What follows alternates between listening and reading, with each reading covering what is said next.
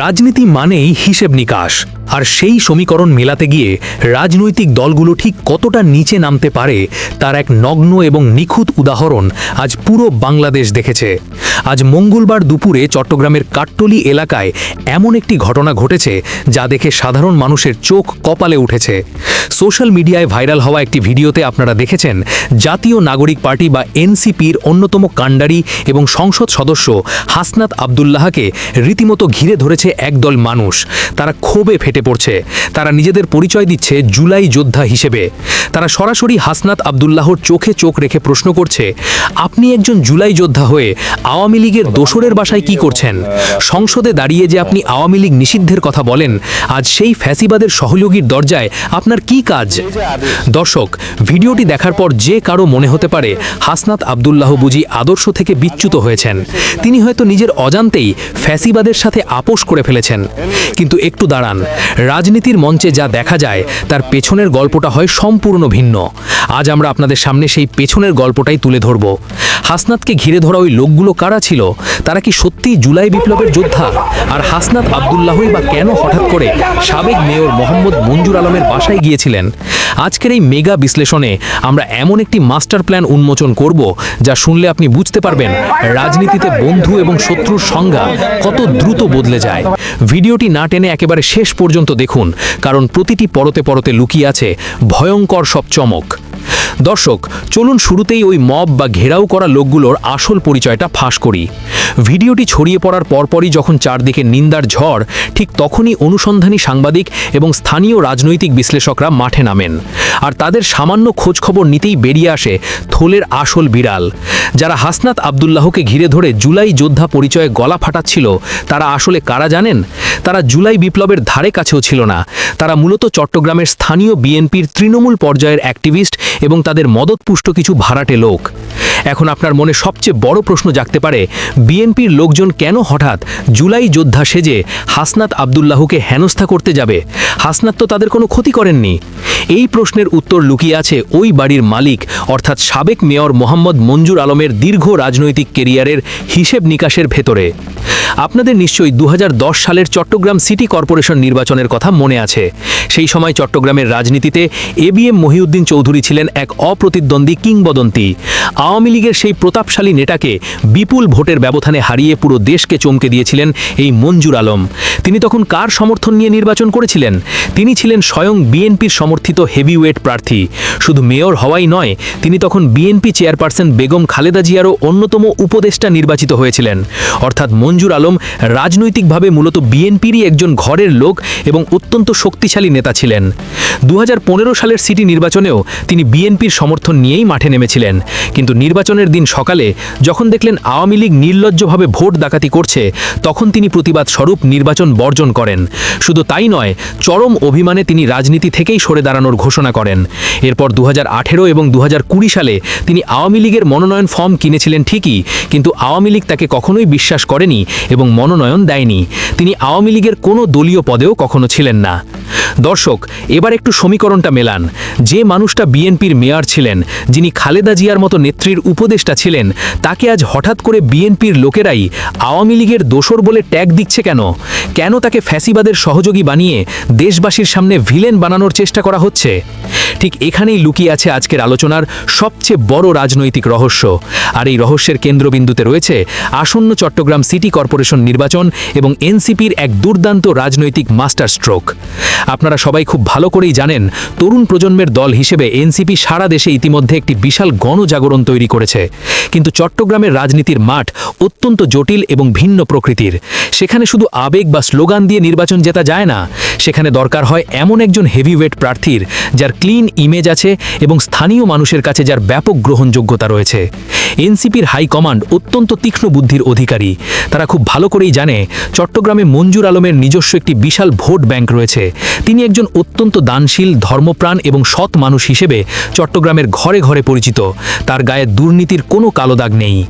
হাসনাত আবদুল্লাহ ওই বাসায় যাওয়ার পেছনের আসল এবং চরম গোপন কারণটি হল আসন্ন সিটি কর্পোরেশন নির্বাচনে এই মঞ্জুর আলমকেই এনসিপির পক্ষ থেকে মেয়র পদে চূড়ান্ত মনোনয়ন দেওয়া।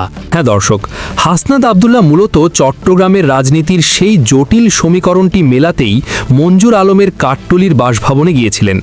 আর এই গোপন খবরটি যখনই বিএনপির হাইকমান্ডের কানে পৌঁছায়, তখন তাদের ভেতরে রীতিমতো ভূমিকম্প শুরু হয়ে যায়। সবচেয়ে বড় আতঙ্কে পড়ে যায় বিএনপি। একটু ঠান্ডা মাথায় ভাবুন দর্শক, বিএনপির ভয় পাওয়ার কারণটা কি? মঞ্জুর আলম যদি এনসিপির টিকিট নিয়ে মাঠে নামেন, তবে বিএনপির জন্য সেটি হবে এক ভয়াবহ দুঃস্বপ্ন। প্রথমত, মঞ্জুর আলমের নিজের যে বিশাল ভোট ব্যাংক আছে, সেটা পুরোটাই তিনি এনসিপির বাক্সে নিয়ে যাবেন। দ্বিতীয়ত, চট্টগ্রামের বিপুল সংখ্যক তরুণ সমাজ, যারা জুলাই বিপ্লবের পর থেকে এনসিপির রাজনীতির অন্ধ ভক্ত, তারা একচেটিয়াভাবে মঞ্জুর আলমকে ভোট দেবে। আর তৃতীয়ত, আওয়ামী লীগের যে সাইলেন্ট বা নীরব ভোট ব্যাংক চট্টগ্রামে এখনও রয়ে গেছে, তারা বিএনপিকে ঠেকানোর জন্য এই মঞ্জুর আলমকেই নিজেদের বিকল্প হিসেবে বেছে নেবে। এই ত্রিমুখী ভোটের প্রবল স্রোতে বিএনপির মেয়র প্রার্থীর জামানত বাজেয়াপ্ত হওয়ার মতো ভয়াবহ অবস্থা তৈরি হবে। চট্টগ্রামের মেয়র পদটি চিরতরে বিএনপির হাতছাড়া হয়ে যাবে। আর ঠিক এই চরম রাজনৈতিক আতঙ্ক থেকেই বিএনপি একটি অত্যন্ত নোংরা এবং নীচ মাস্টার প্ল্যান তৈরি করে। বিএনপির মূল লক্ষ্য ছিল হাসনাত আবদুল্লাহকে এমন একটি বিব্রতকর এবং পাবলিক সেন্টিমেন্টের মুখে ফেলা, যাতে তিনি ভয় পেয়ে মঞ্জুর আলমের কাছ থেকে সরে আসেন। এই কারণেই তারা তাদের দলীয় কর্মীদের জুলাই যোদ্ধা সাজিয়ে মঞ্জুর আলমের বাড়ির সামনে পাঠিয়ে দেয়। তাদের উদ্দেশ্য ছিল একটাই, হাসনাত আবদুল্লাহকে ঘেরাও করে সেই ঘটনার ভিডিও করে সোশ্যাল মিডিয়ায় ভাইরাল করে দেওয়া। তারা চেয়েছিল দেশবাসীর কাছে এই মিথ্যে মেসেজটি পৌঁছে দিতে যে তরুণদের নেতা হাসনাত আবদুল্লাহ আজ আওয়ামী লীগের দোসরের সাথে গোপন আঁতাত করছে। বিএনপি ভেবেছিল এই মিডিয়া ট্রায়ালের চরম চাপে পড়ে হাসনাত আবদুল্লাহ ভয় পেয়ে যাবেন। তিনি হয়তো নিজের ক্লিন ইমেজ বাঁচানোর জন্য শেষ মুহূর্তে মঞ্জুর আলমকে আর এনসিপির মনোনয়ন দেবেন না। অর্থাৎ গায়ে আওয়ামী দোসার ট্যাগ লাগিয়ে মঞ্জুর আলমকে রাজনৈতিকভাবে অচ্যুত বানিয়ে চট্টগ্রামের বিশাল ভোটের মাঠ নিজেদের জন্য ফাঁকা করতে চেয়েছিল বিএনপি। এটি ছিল হাসনাত আবদুল্লাহকে বিভ্রান্ত করার এবং তাকে চরম মনস্তাত্ত্বিক চাপে ফেলার এক নিখুঁত রাজনৈতিক ফাঁদ। কিন্তু দর্শক, বিএনপি একটি জায়গায় মস্ত বড় ভুল করে ফেলেছে। হাসনাত আবদুল্লাহ কোনো কাঁচা খেলোয়াড় নন। তিনি জুলাই গণ অভ্যুত্থানের রাজপথে বুলেটের সামনে বুক পেতে দেওয়া একজন পোড়া খাওয়া তরুণ নেতা। তিনি বিএনপির এই সস্তা এবং সাজানো ফাঁদে এক পাও দেননি। ভিডিওতে আপনারা দেখেছেন, মদ হওয়ার সময় তিনি অত্যন্ত শান্ত ছিলেন। তিনি মাথা গরম করেননি, বরং হাত নেড়ে খুব ঠান্ডা মাথায় পরিস্থিতি সামলে দিয়েছেন।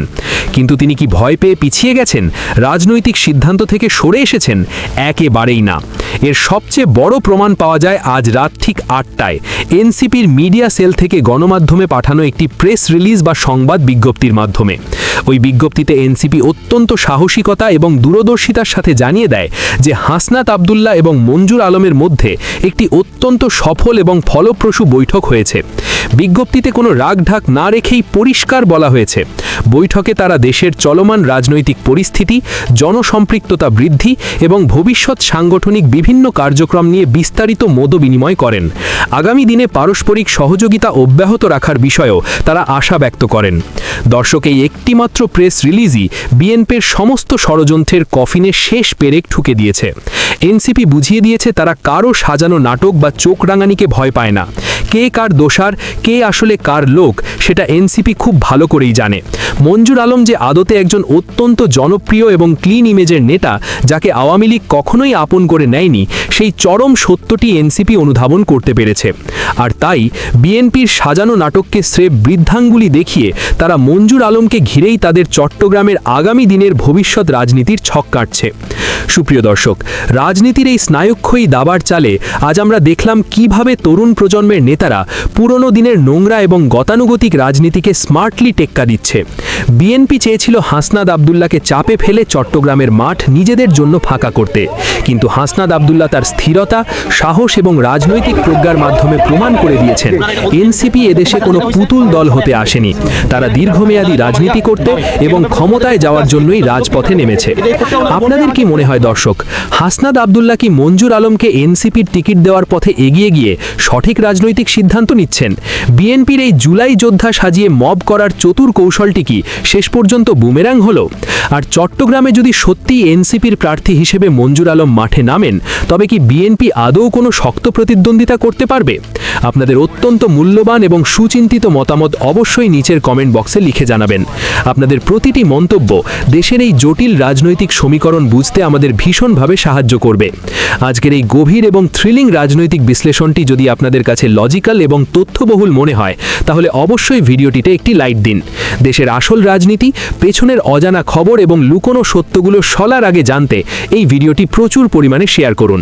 আর নিয়মিত এরকম আরও সাহসী, বস্তুনিষ্ঠ এবং এক্সক্লুসিভ রাজনৈতিক বিশ্লেষণ পেতে আমাদের চ্যানেলটি সাবস্ক্রাইব করে পাশে থাকা বেল আইকনটি চেপে দিন। সবাই ভালো থাকবেন, রাজনীতির আসল চেহারা সম্পর্কে সবসময় সচেতন থাকবেন এবং দেশের জন্য দোয়া করবেন। আপনাদের সবাইকে অসংখ্য ধন্যবাদ। আল্লাহ হাফেজ।